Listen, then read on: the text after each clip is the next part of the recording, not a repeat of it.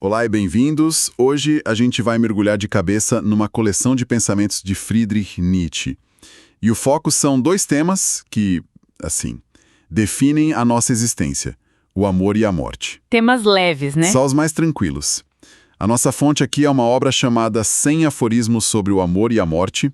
São pílulas de pensamento e a nossa missão é tentar desvendar algumas dessas ideias que são verdadeiros socos no estômago, sabe? Com certeza. E é bom já avisar, Nietzsche não está aqui para dar respostas fáceis, confortáveis. Ele é o famoso filósofo do martelo. A ideia dele é testar as fundações, martelar nossas crenças para ver o que é oco. Uma demolição controlada. Gostei disso. Exato. E a gente vai seguir essa demolição em 3 partes. Primeiro, como ele desmonta o amor romântico. Depois, como ele encara a morte, que é o nosso maior tabu. E, por fim, a explosão, né? A famosa morte de Deus e o que sobra depois disso tudo. Perfeito. Então vamos começar a derrubar a primeira parede, o amor. E ele já chega com os 2 pés na porta. Ele associa o amor a uma coisa que a gente considera o oposto, a cobiça. É, o desejo de posse. No aforismo 1, ele é brutal. Diz que até o tal amor ao próximo é, no fundo, uma ânsia por nova propriedade. E no amor romântico, então, nem se fala. Aí é que a coisa fica explícita.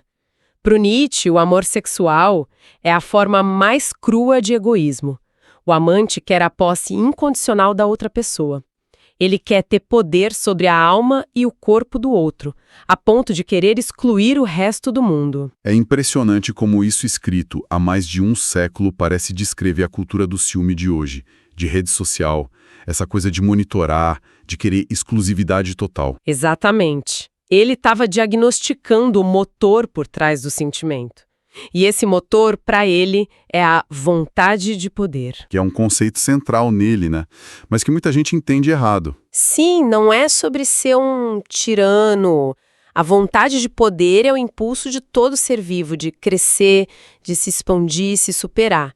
E no amor isso fica muito claro. A gente quer incorporar o outro na nossa vida, expandir nosso próprio ser através daquela pessoa. Entendi. Não é maldade, é a natureza da coisa. Mas essa lógica leva a outra ideia dele que é ainda mais perturbadora no aforismo 2. Ele diz que não se pode prometer sentimentos. Eu li isso e pensei, ué, mas e o até que a morte separe? Pois é, aí vem outra martelada. Você pode prometer atos. Prometo ser fiel, prometo cuidar de você, mas você não pode prometer sentir amor, porque sentimentos são involuntários. Eles vêm e vão. Então a promessa de amar para sempre seria o quê? Uma mentira. Na visão dele, é uma promessa de manter a aparência do amor. Você promete continuar agindo como se amasse, mesmo que um dia o sentimento, a motivação interna não esteja mais lá. Caramba, isso é de um cinismo brutal. Quer dizer que um casamento longo, para ele, é uma espécie de teatro bem ensaiado? Ou talvez uma prova de disciplina, de honra, manter a palavra mesmo sem o sentimento. Mas a provocação é essa mesma, questionar a sinceridade por trás das nossas promessas. E essa análise fica ainda mais espinhosa quando ele fala da dinâmica entre homens e mulheres. Ah, sim. Aí o terreno fica minado, principalmente lendo com os olhos de hoje. Ele solta umas coisas bem controversas. Tipo, que em todo amor feminino há algo de maternal. E no aforismo 58, ele diz que homens e mulheres entendem o amor de um jeito fundamentalmente diferente. É uma de suas observações mais polêmicas. Ele diz que a mulher entende o amor como uma dedicação total, uma fé. Ela se entrega.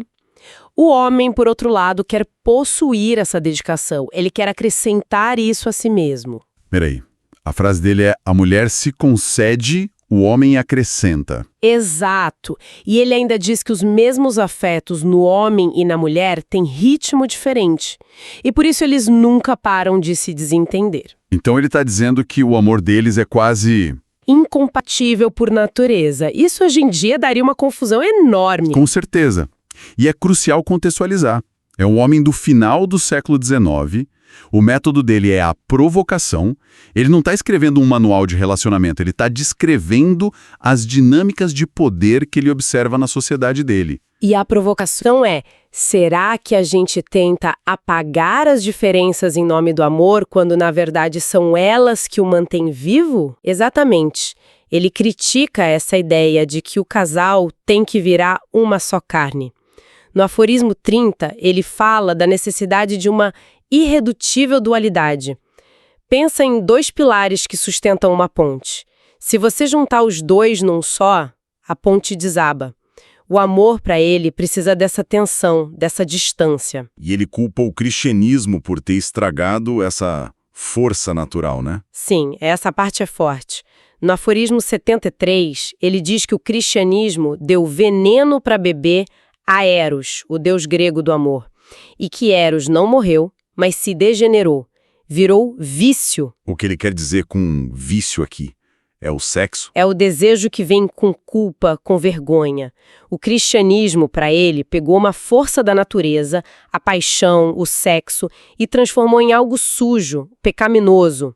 Ele opõe a isso o amor que ele vê na ópera Carmen, que é cínico, inocente, cruel. Um amor que é natureza pura, sem moralidade. Não sobra muita coisa do amor romântico depois disso tudo. Mas no meio dessa demolição toda, tem um momento que ele parece dar um conselho surpreendentemente prático, quase fofo. Sim, no aforismo 15, sobre casamento. É um momento de clareza que chama a atenção. Ele diz que a pergunta mais importante antes de casar é: você acredita que gostará de conversar com esta pessoa até na velhice? Exato. Porque a paixão passa, tudo é transitório, mas a maior parte da vida dois é conversa. É o Nietzsche construtor por um breve momento, valorizando a amizade acima de tudo. Bom, essa visão do amor como posse e poder é bem brutal. E parece que ele leva essa mesma honestidade para o outro grande tabu da vida, a morte. Sim, a transição é perfeita. Ele aborda a morte com a mesma recusa ao sentimentalismo. Se a nossa cultura trata a morte como um fracasso, uma tragédia, Nietzsche a vê com uma racionalidade fria. No aforismo 88, ele defende o que chama de morte racional. E o que seria essa morte racional? Ele questiona: por que a gente deve esperar a decadência, o esgotamento lento e indigno do corpo? Por que não encerrar a vida de forma consciente quando ela já cumpriu seu propósito? É a ideia de ter controle sobre o fim, da mesma forma que se tenta ter sobre a vida. Isso. E se conecta com aquela frase famosa dele: morrer orgulhosamente quando não é mais possível viver orgulhosamente. Sempre achei essa frase muito forte. E para ele, isso é o ato supremo de amor à vida.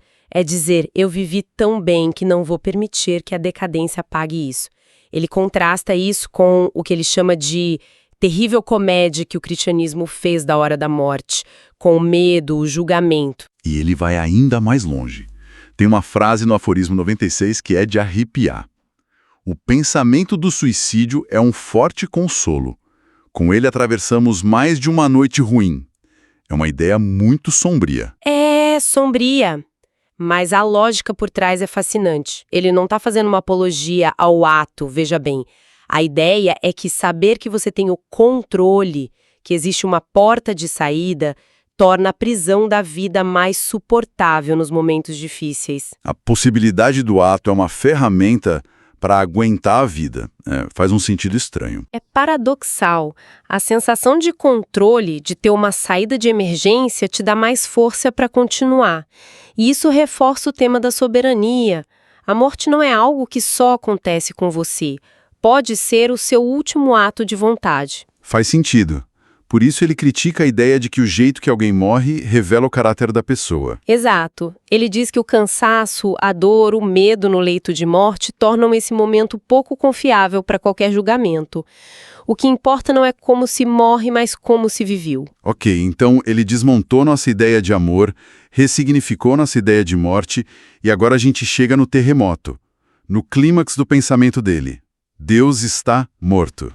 A parábola do homem louco, do aforismo 98, a mais poderosa dele. Um homem louco, com uma lanterna de dia, correndo na praça do mercado. Gritando: procuro Deus, procuro Deus. E as pessoas ao redor, que já são ateus, começam a rir dele.